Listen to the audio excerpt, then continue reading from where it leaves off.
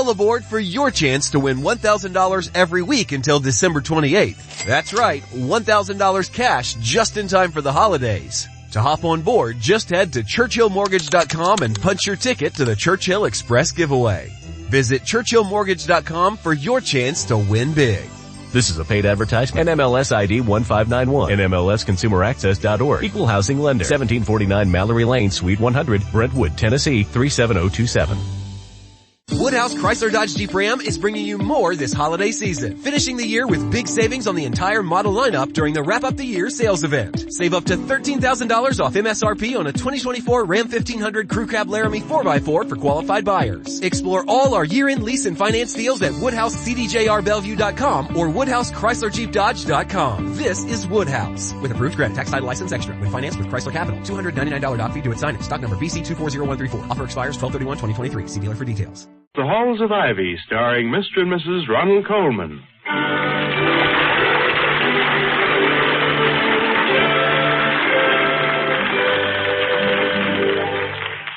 Good evening, this is Ronald Coleman. And Benita Coleman.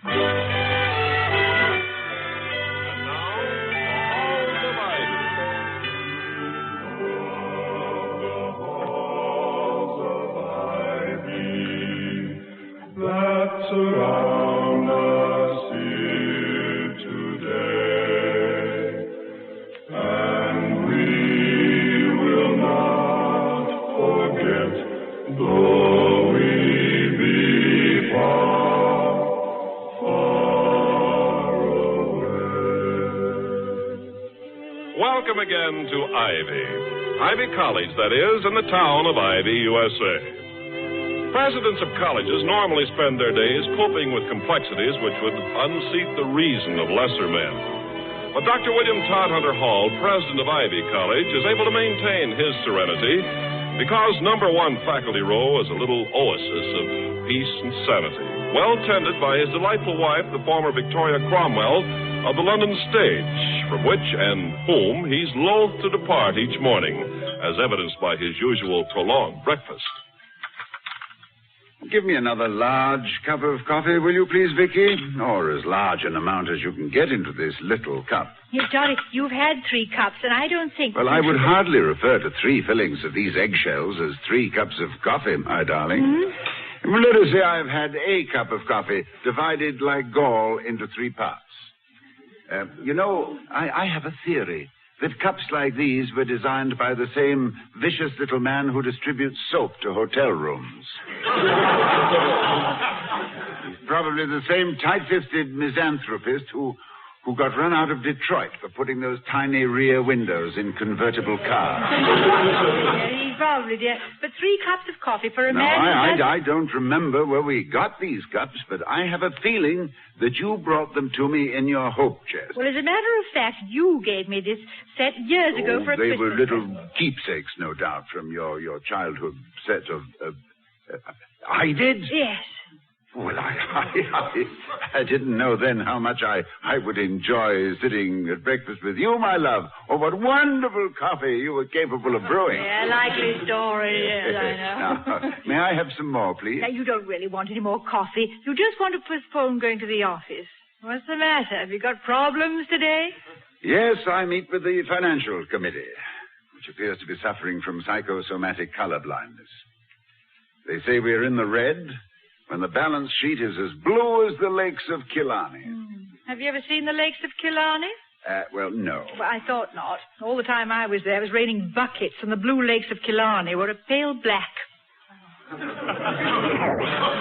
Did you by any chance do Sweet Sorrow in Ireland? Oh, yes. Looking back on it, I think I've played Sweet Sorrow everywhere but on top of Mount Everest. And here at Ivy. Well, yes, and if the Ivy Dramatic Club ever asked me to... what are you getting at? Well, then I take it you haven't seen the current Ivy Bulletin. The Dramatic Club is going to do Sweet Sorrow. No, really? What did the bulletin say? Well, as far as I can remember, it said, for its first production of the academic year, the Ivy Athenaeum Players will present the historic English romantic drama Sweet Sorrow. Of special interest to Ivy is the fact that it was this vehicle which brought Victoria Cromwell, the present wife of President Hall, who loves her devotedly, to unquestioned stardom in the British theatre. What did they mean, the present wife of President Hall? I can't think of a better word or a nicer present. Well, it makes me sound frightfully temporary. I will go to any lengths, my love, to make it permanent. But, Totty, won't it be fun to see Sweet Sorrow here at Ivy, bad as it was as a play? Oh, I didn't think it was a bad play at all. I thought it was charming. I will admit, however, that your presence on the stage had a tendency to dull my critical judgment. Did it? I sat there scowling at the program rattlers, muttering at the latecomers, and beaming fatuously at the more appreciative members. How about between the acts? What did you do then? Oh, I don't know, darling. When you were off stage, my mind went with you. Oh. Incidentally, in Sweet Sorrow, what was the name of the leading man? Cyril Ashford. Ah, yes, Cyril, yes. Cyril, lyric, spelled backward. or almost. Yes. Cyril, the backward lyric. A human palindrome. Well, it's nice to hear Cyril spoken of as human, but I've never heard him called a palindrome, whatever that is. And what is it? Well, it's a sort of a backward lyric. Well, a word, verse, or sentence which reads the same forward or backward. Oh, yes. You mean like, Madam, I'm Adam. Yes, exactly. Yes. Or the well-known Napoleonic lament, Able was I ere I saw Elba. Now, maybe I could make a palindrome of Cyril. No, wait a minute. Let me see. I'm still trying to do the other one. Able was I. Well, was. Yeah, no evil Cyril. Yeah, now reverse it. Lyric, live on. Oh, no. Why am I wasting all this time on Cyril? I don't know. I gather you didn't care for him. Oh, my darling, as a theatrical critic, I am a George G. Nothing. Coin an absurdity, but even in my limited understanding of acting, I thought Mr. Ashford overplayed quite dreadfully. Or am I wrong? No. Cyril is such a scenery chewer. He's on his fourth set of teeth. But he's a pleasant, harmless fellow. I'll answer it. Dr. Hall's residence? Mrs. Hall? Yes? This is Ellen Kirby. I'm sorry to call you so early. Well, that's all right, Ellen. What's up this morning, besides us? Have you read the Bull this morning? Oh, you mean about Sweet Sorrow? Yes. Do you mind? Mind? Well, good heavens, I should say not. I think it's splendid. We're putting a big thing in the program about you. Oh, I better edit that. And we're having a competition to select a girl to play your part. Will you judge the contest? Well, I'd love it. Absolutely love it. Oh, that's wonderful. But we wondered if you'd do one more thing for us. Oh, I'll do anything but sell tickets, Ellen. With my arithmetic, that way lies bankruptcy. We thought we might bring the contestants over to your house. And if you wouldn't mind reading your favorite scene, it would help them so much. Oh, well, I don't think I should influence them. My favorite scene, huh? It would be the second act curtain, of course. No, I don't think I should. Oh, please, Mrs. Hall. Well, wait a minute, Ellen. William? Yes, my dear? What time will you be home this afternoon? Oh, I imagine you'll see me tottering up the walk with my lunch bucket and toolbox about 5. About 5 o'clock? Well, fine. Can you come over around 3, Ellen? Wonderful. You're a lamb. We'll be there. Bye. Goodbye. Why? Why what? Why did you ask me when I'd be home? Oh, well, first, because I shall miss you. Oh, very nice. And second, so I know when to have dinner. And third, because the house will be full of actresses to whom I happen to know you are irresistible.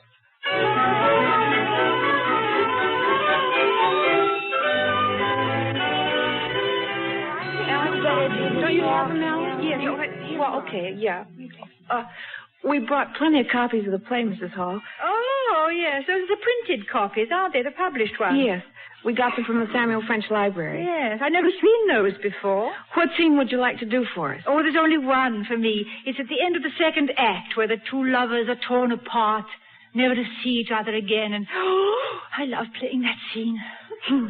We used to say it was the only known cure for the common cold. Nobody coughed for 25 minutes. Two lovers. Oh, brother, I forgot that. What? We need a lover, and I forgot to bring a fella. What are we going to do for a man? Vicky! Oh, Vicky! Well, there's a fella. He's not supposed to be home yet either. Hello, darling. I'm afraid I'm interrupting. Hello, Dr. Hall. Now, William, are you a quick study? Well, in the matter of the orations of Plato, I remember committing to memory no less than 40 pages in a matter of less than 10 days. Homer's Odyssey took slightly longer, due to certain peculiar rhetorical structure. Oh. Then in the Anabasis, which was very small type... Yeah, but I think that's enough, darling. Yeah, you're a quick study. All right, Ellen, here's the lover. Personally recommended. Dr. Hall? Well, just a moment. I don't think Now, I William, can... William, dear, this is all in the interest of Ivy. Therefore, it's your duty. Now, have you met these girls? This is Ellen Kirby, Virginia Matthews, Alice Reiner, Eva Kiefer. How do you do? Now, they're competing for the lead in Sweet Sorrow, and they want me to read them a scene to get them started on their interpretation. Splendid. Good luck with it. Yeah, you'll play Cyril's part. I will not play Cyril's part. No, Ladies, you must understand I am not an actor. It is not part of my training, except for a certain professional insincerity occasionally necessary when pleading a worthy cause before the Board of Governors. No. I'm sorry. History, yes, but histrionics, no. Those I leave in the capable hands of my highly experienced wife. I would feel like I had married Florence Nightingale and was advising her on how to shake a thermometer. No, but you're not advising us, dear. You're simply supporting one of those worthy causes. Here, now take a script, William. Oh, no. See, yes, it's on. Now, let me see. Let's start on page 48. Oh, really, Victoria, this is... Please, Dr. Hall. Oh, yes. Please. We won't be critical. It's Mrs. Hall's part we want to hear. Well, very well. Good. I submit in the face of superior numbers. Also, I am outnumbered by some very superior faces. But I warn you, this may well set the theater back to Euripides. Well, now, you start, William. Second page, top of the page, 48.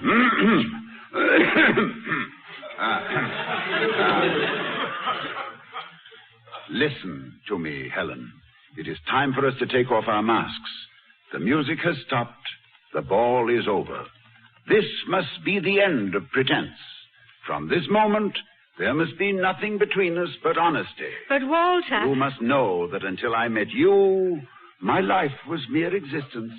I was a vegetable, growing forever deeper into the earth of my own solitude, getting bigger but not growing, a little blob of suspended animation, unwarmed by love and unaware of a bright sun somewhere beyond my ken. Walter, I have loved you from the moment I first saw you. Moment, do I say? Could a moment last as long as this? Could one moment be so crowded with memories of you?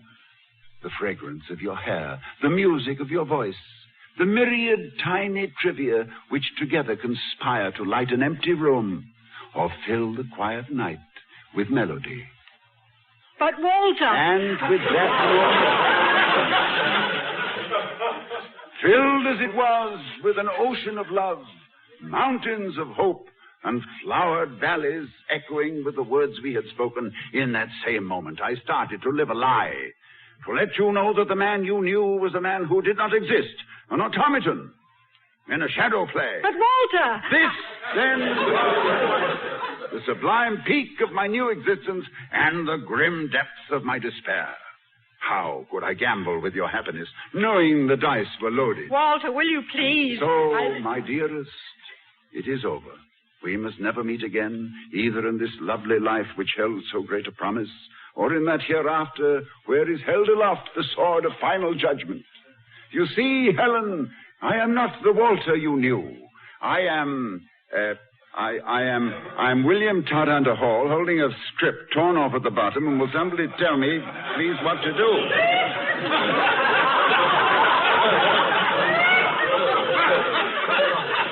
I think you've done it.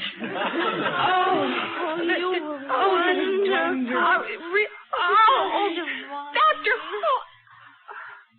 I've never heard anything so beautiful in my life. Well, thank you, Ellen. I hope it will be helpful in the interpretation of the part of Helen. Yeah. Part of Helen, I'm sure it will, yes. Didn't you ever want to be an actor, Dr. Hall? Your voice. Oh, well. Oh, it sends cold chills up and down my spine. Yeah, I did mine, too, although I doubt for the same reason. Ellen? Yes, Mrs. Hall. Now, look, you girls run along now. You get a hot water bottle for the cold chills. And start working on the first act. Now, I may have some suggestions a little later about the one we've just read. Fine. We'll let you know when the contest is going to be. Thanks a lot, Mrs. Hall. And Dr. Hall. Oh, thank you. You're welcome, girls. Goodbye. Bye. Goodbye. William. Yes, my dear.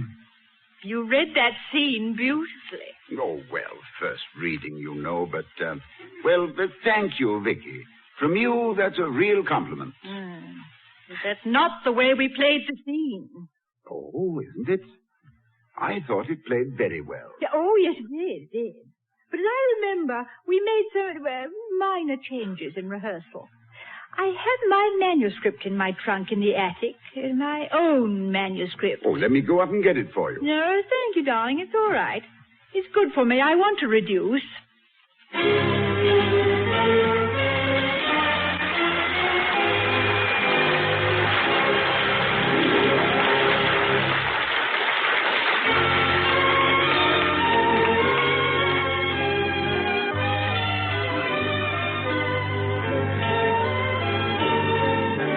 As we return to the halls of Ivy, we find number 1 faculty row peculiarly silent. The hush is broken only by Mrs. Hall turning the pages of a script and a slight tapping as Dr. Hall knocks the unsmokable residue from a favorite pipe.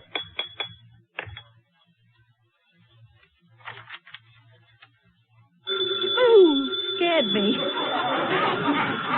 Now, be brave, darling. I'll get it. Dr. Hall speaking. Hello, Dr. Hall. May I speak to Mrs. Hall? This is Ellen. Ellen? Ellen who? Oh, Ellen. Yes, just a moment. For you, Vicky. Well, thank you, Charlie. Hello, Ellen. Mrs. Hall? Yes. Have you decided who's going to play the part? Not yet. We wondered if we could have another session at your house. Well, why another session, Ellen? What's it for? Well, I want to bring some boys over. Boys? Yes. We're sort of changing the contest around. Well, don't tell me you're having a competition for the male lead, too. Well, after we read it with you, we had a meeting and decided we'd better. So if you and Dr. Hall wouldn't mind reading that scene just once more... Well, I'd be glad to go over the script with you, but the part of Helen is the big problem, isn't it? Well, not really, Mrs. Hall. We figured anyone could play that. You did, yeah. We switched the competition to the tough part. The tough part, yeah, I see. Well, of course, Ellen, by all means, come over with the boys. But don't bother to bring the scripts. We'll use my original from the play. Oh, that's terrific. Yes. Thanks a lot, Mrs. Hall. You are a lamb. Bye. Goodbye, Ellen. Well, work to do. Housework? No, rehearsing. The show must go on, if you'll forgive the corny old cliché. I'll forgive you anything. Yeah. But the show must go on isn't corny, according to my definition. The show must go on because when a ticket is sold, a contract is made. When a patron's money is accepted, it's the responsibility of an actor to give his best as his part of the bargain, regardless of personal grief or distraction. So, when you say the show must go on, say it bravely and without shame. You are merely recognizing the function of a ticket stub as a promissory note payable in performance. Now, in the Elizabethan theater, we find that the actors of the period...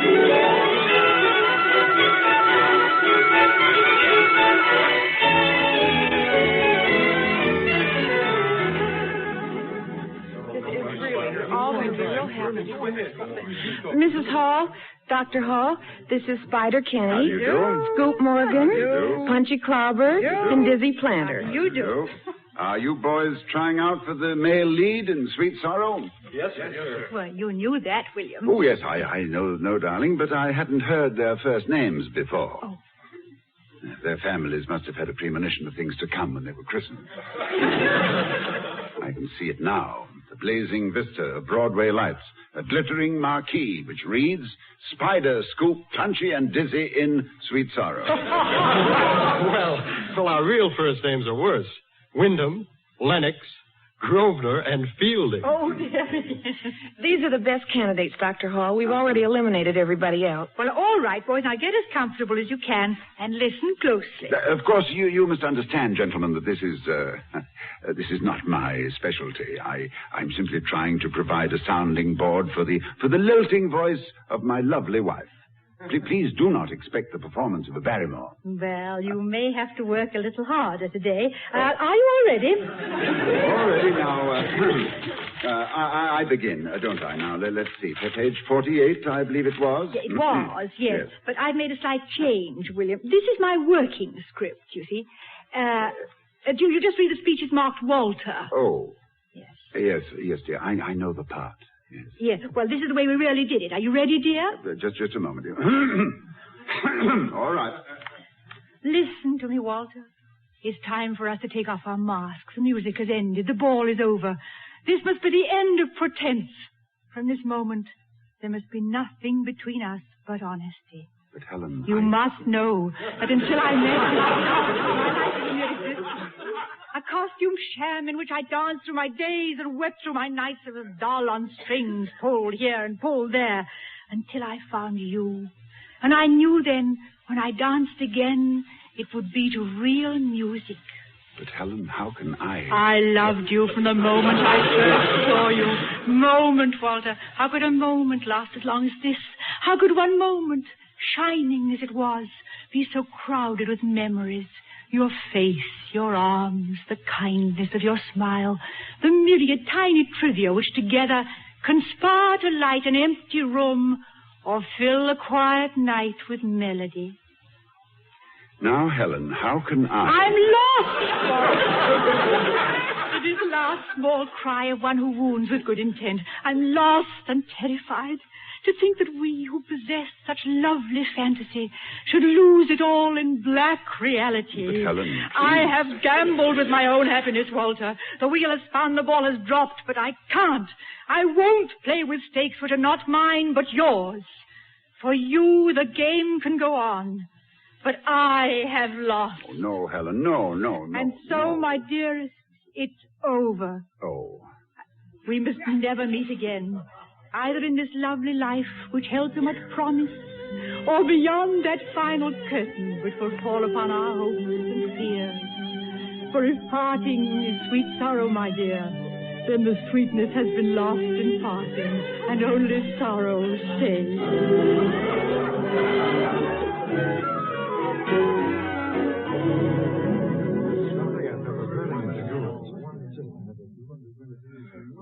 Oh, brother. Mrs. Hall, will you marry me? Spider, I'll certainly consider it. I imagine, boys, that you now have a pretty good idea of how Walter should be played. Well, yes, sir. I'll say this, Dr. Hall. It sure changed my plans again. Is that the way you did it on the stage, Mrs. Hall? Yeah, just about, yes. Okay. That's all I wanted to know. You men flip a coin for the part of Walter. The real contest is between us women. Thanks a lot, Mrs. Hall.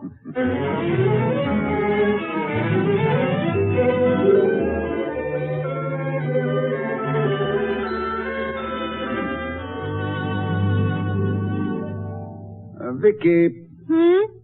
I've been thinking. What about? About Cyril and the part of Walter. Oh? Now, the copies of the play the girls brought over. They are the published ones, aren't they? Mm-hmm. Well, then undoubtedly that is the way the play was originally written. With Walter having the... I mean, where Helen didn't have... Yeah, that's right. Yes. Yes. And when did you give the last-minute switch to Cyril? The second week of rehearsal. Well, was he properly appreciative as an actor? Was he objective about it? No, just objectionable. It was the biggest brawl since the Dempsey Furpo fight. And you went on playing those beautiful love scenes together for more than 2 years? Well, yes, but professionally you acquire a certain sense of detachment. The actor you're playing opposite is not a person. He's just a character. Ah, poor Cyril. Lyric live on. My heart bleeds for him. Retroactively. Oh, those big, fat speeches all taken away from him and given to you. Well, it's been an interesting day and an exhausting one. Vicky, is there anything tasty in the refrigerator? Oh, yes, a nice cold ham. Oh, will you join me in a sandwich? Oh, yes, let's have a huge one. Good. But, that reminds me. When I offered to go up to the attic for you, why did you say you wanted to reduce? Oh, not me. The part of Walter needed reducing, Toddy. Yeah, did the result surprise you? Surprise me? Darling, it left me practically speechless.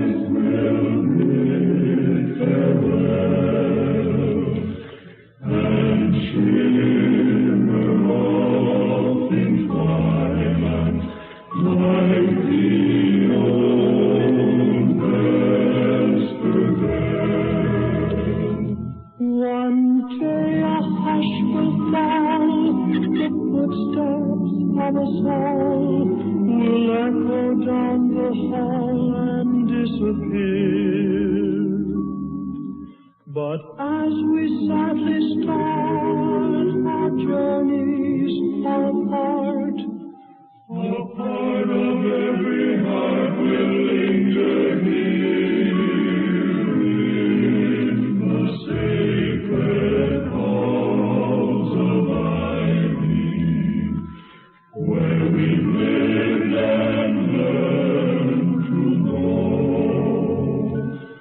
that through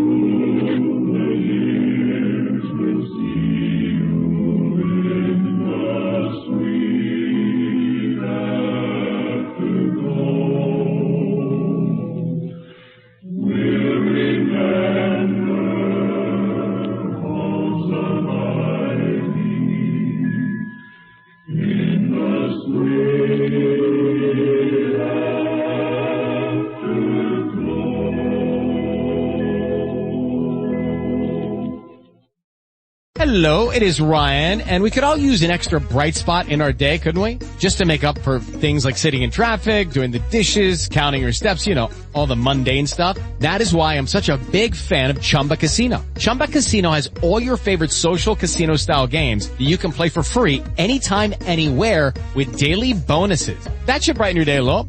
Actually, a lot. So sign up now at ChumbaCasino.com. That's ChumbaCasino.com. No purchase necessary. VGW Group. Void where prohibited by law. See terms and conditions. 18+. With the Lucky Land Slots, you can get lucky just about anywhere.